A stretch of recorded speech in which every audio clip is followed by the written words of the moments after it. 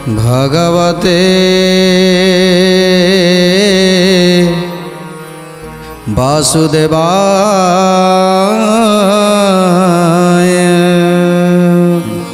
से मणि नुहे से गोटे जमिति माया। आज ये संसार रे समस्ते जमिति ए माया पछरे धाउछंती। आ माया पछरे धाई धाई शेषरे केतेबेले तांको निज जीवनटा चली जाउछि से माने जानी पारु नाहंती। तेणु ये माया होछि एमिति एक जिनिस जहार लोभ अतिरिक्त अति प्रबल हो जाए सेतेबेले से निज परिजन मानक मध्य चिन्हि पारे ना, निज आत्मीय स्वजन मानक मध्य चिन्हि पारे ना। तेणु ये लोभ एमिति एक जिनिस जहाँकि जदि आम पाखापाखि लोक माने जदि कहीं धनी होता कि जदि आग को जाऊँ ताले लोक माने चिंता करुता केमिति तार अनिष्ट हम केमिति ताकू आमे तले पकेबा।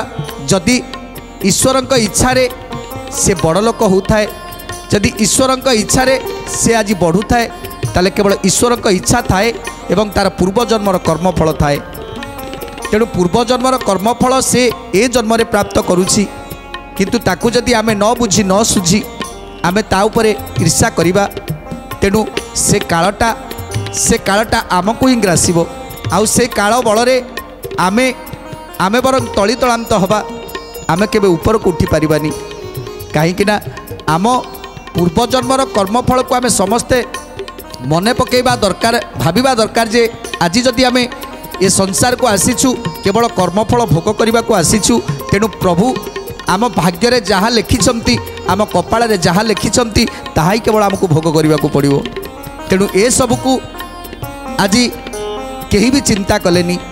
आज शक्राजित तांको पूर्वजन्मर कर्मफल थिला, पूर्वजन्मर अनेक तपस्या थिला एवं सूर्यदेवंकर से एमिति तपस्या कले, कठोर तपस्या कले।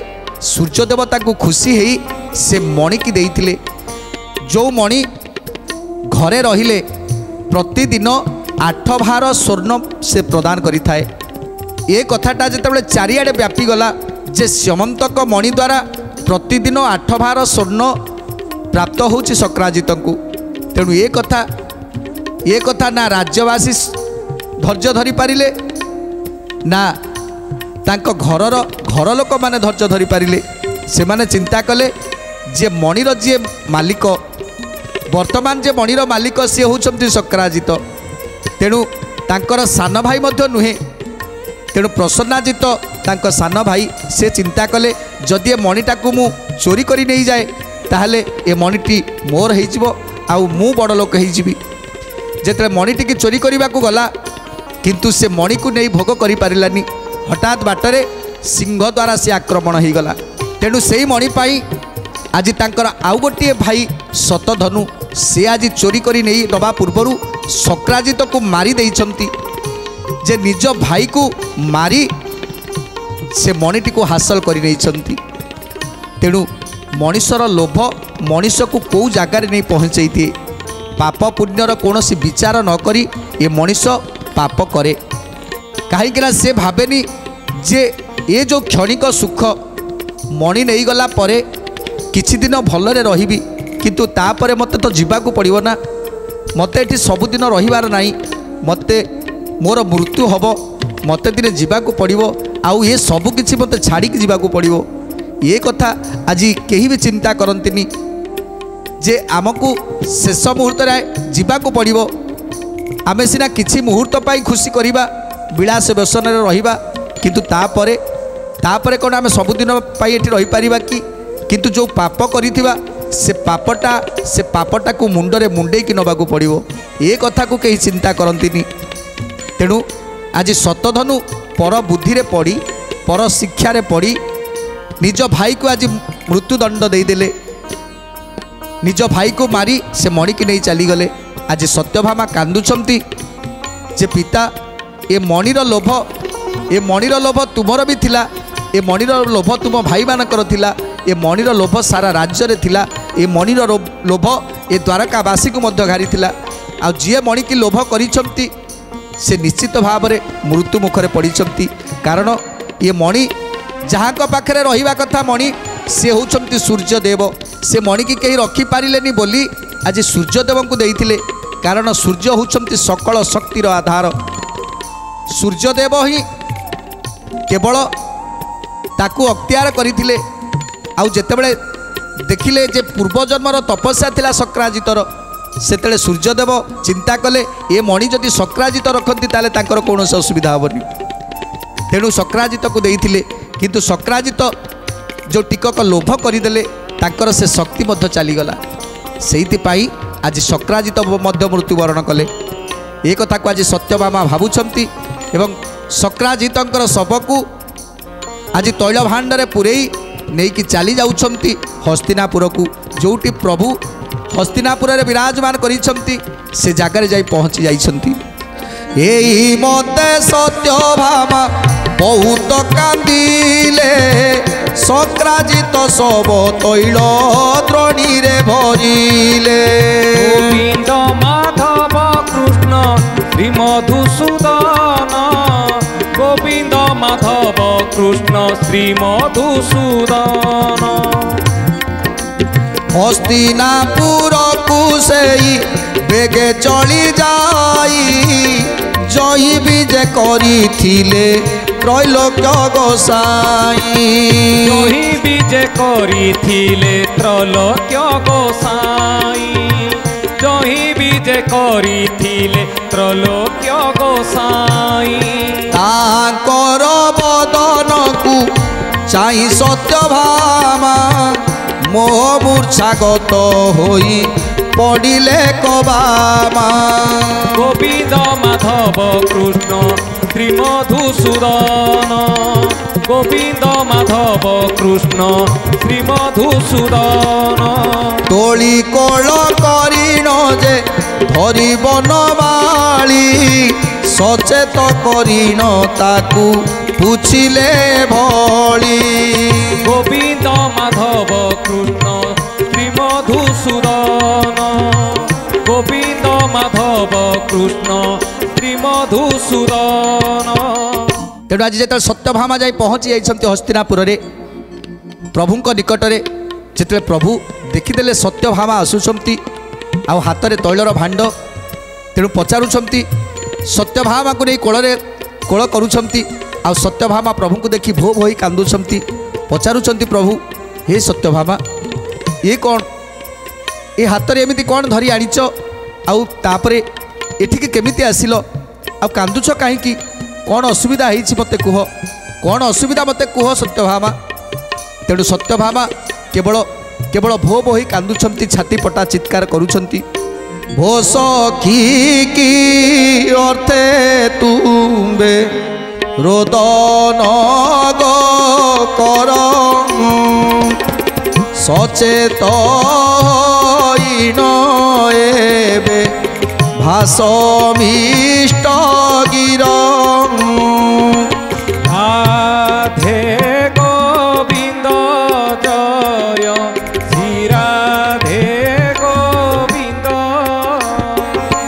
राधे गोविंद जय श्री राधे गोविंद। श्री कृष्ण बचने शोक संबरण करी प्रभुंक आगरे सबु बोलती विस्तारी। प्रभुंक आगरे सबु बोलती विस्तारी। प्रभुंक आगरे सबु बोलती विस्तारी। सत्यभामा मुखु शुणी हेमंत बचन विस्मय होई कहिले प्रभु भगवान। विस्मय होई कहिले प्रभु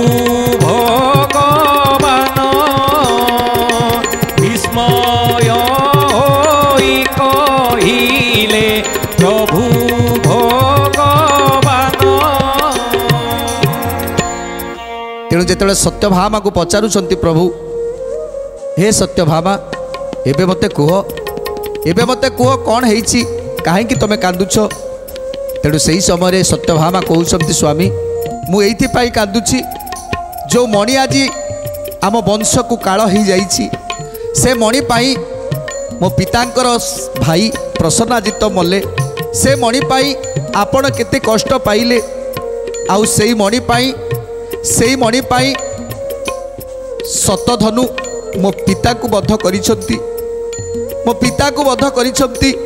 तेणु सेई मो पितांकर शव को आज तैल भांडरे पुरे मुझे आपण पाखक नहीं आसी।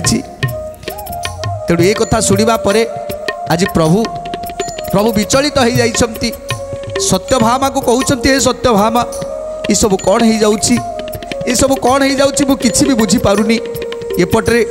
एपटे मोर माउसी पुओ 5 भाई माने आज मरिकी पड़ीछंती सेमाने पड़ी भस्म हो जाइछंती सेमानकर चिंता एपटे श्वशुरंकर चिंता मुझे कौन करी। तेणु जो श्रीकृष्ण शुणिले जे श्वशुर तांकर आउ नाहांती से मणि पाई आज तांको श्वशुर मध्य चली जाइछंती। तेणु एपटे पंचु पांडवंकर मृत्युर कथा से जो मायाधर माया करुछंती तेणु ये सबुर कथा को भाबी तेणु प्रभु कौन चिंता करुछंती प्रभु कौन कहउछंती माउसी पुआ मोहर 5 गोटी भाई जऊ सजल सगृहे पोड़ी मले से ही गोविंद माधव कृष्ण श्री मधुसूदन गोविंद माधव कृष्ण श्री मधुसूदन एबे तुमर पियर सखी मोर थिले विधातार बसे से प्राण हराइले गोविंद माधव कृष्ण श्री मधुसूदन गोविंद माधव कृष्ण श्री मधुसूदन एते कई शोक जले त्रिदश ठाकुर नयनरु अश्रु जल बहे झर झर सत्यभामा को बइले शत धनु मारी तेबे से शोकर कथा बुझिबी विचारी एमत बहु प्रशंसा करी लक्ष्मी साई धृतराष्ट्र आगरे सबु कथा कही गोविंद माधव कृष्ण श्री मधुसूदन गोविंद माधव कृष्ण श्री मधुसूदन। तेणु जितेबाला सत्यभामा मुखर ए कथा शुणिले जे शतधनु शक्राजित को बद्ध करी से मणि नहीं कुआडे चली जाइछंती। तेणु एक कथा शुणिबा परे सत्यभामा को मध्य कहउछंती हे सत्यभामा एपटे मोर माउसी पुओ 5 जन मृत्युवरण करिछंती सेपटे पुनी श्वशुरंकर ए अवस्था तेणु मते जीवाकू पड़िबो धृतराष्ट्र को कहउछंती हे राजा धृतराष्ट्र मते एबे जीवाकू पड़िबो द्वारका कहीं मु आ रही पारिबिनी मो श्वशुर को तेणे शतधनु विनाश करिछंती तेणु मते जीवाकू पड़िबो। तेणु धृतराष्ट्र को कही आज सत्यभामा को नहीं पुणी थे द्वारका अभिमुखे आसुंच जिते द्वारका को आसुंच ना से खबर हो जाइए द्वारकापुर जे कृष्ण आसुंच शतधनु को देह कंपी उठिला चिंता कले एते शीघ्र श्रीकृष्ण जदि आसीजे ताले मते निश्चय मारिदेवे कारण मु शक्राजित को मारी मु मणि हासिल करिछि तेणु मत आउ जीवन निश्चित मारिदेवे तेणु कौन करी आज शतधनु चिंता करुछंती आउ प्रभु द्वारका अभिमुखे आसुछंती कृत वर्मा समीप को अति खरे जाई पचारिला एबे किस करिबी गोसाई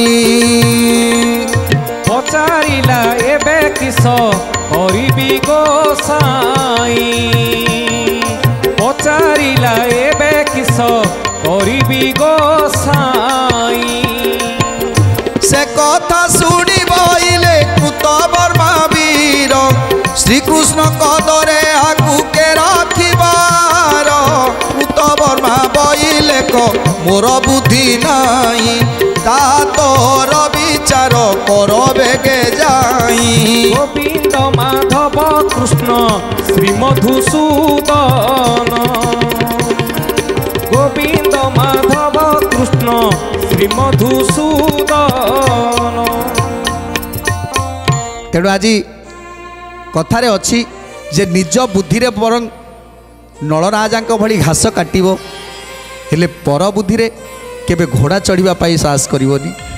जदि निजर ज्ञान निजर बुद्धि बल रे जेतिकी मिलुछि सेतिकरे जदि आमे संतुष्ट होई परिबा ताहले भगवान आशीर्वाद करिथांती।